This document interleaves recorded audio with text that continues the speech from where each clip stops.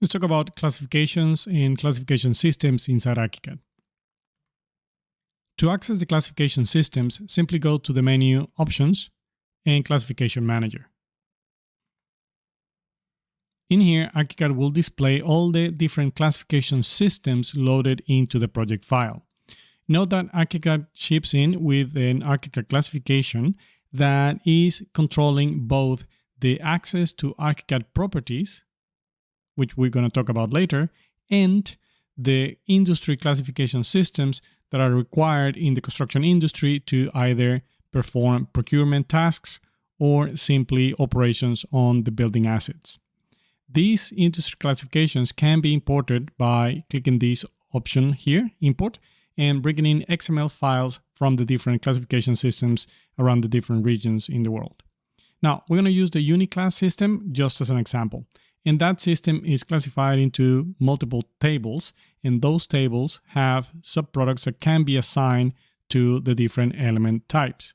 They also have a link to multiple properties that later on will be mapped into the IFC export as to do a COBie dataset for later.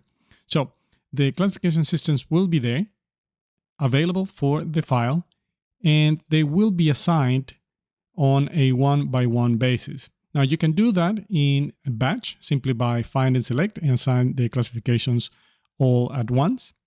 So for example, if we want to assign these cladding elements right there, a single system assignment, you could use the Edit Selection Set option and then use the Uniclass selection here, and in this particular case we will use the stone cladding systems. So you can search this field like so and then assign that particular system to the full set. Once that is done, then you will see that the elements have available an additional set of parameters, all the COBie 2 and COBie parameter types. Just click on OK. So now that set of elements will have assigned to them that set of additional parameters. But that can only be exported if the translator allows for it, which is the reason why we have a translator for COBie and a way to map that classification reference back into IFC. Let's take a look at that. If you go to the IFC translators, and let's use the current translator we have as default, you will be able to go through the property mapping and assign the classification system in this mapping to the IFC building elements directly, not to the levels above or below. This is going to assign it to all the building elements in the building, and or like in the case of COBie, it can be assigned to the types. Now, for this particular exercise, let's just assign it to the building element types directly.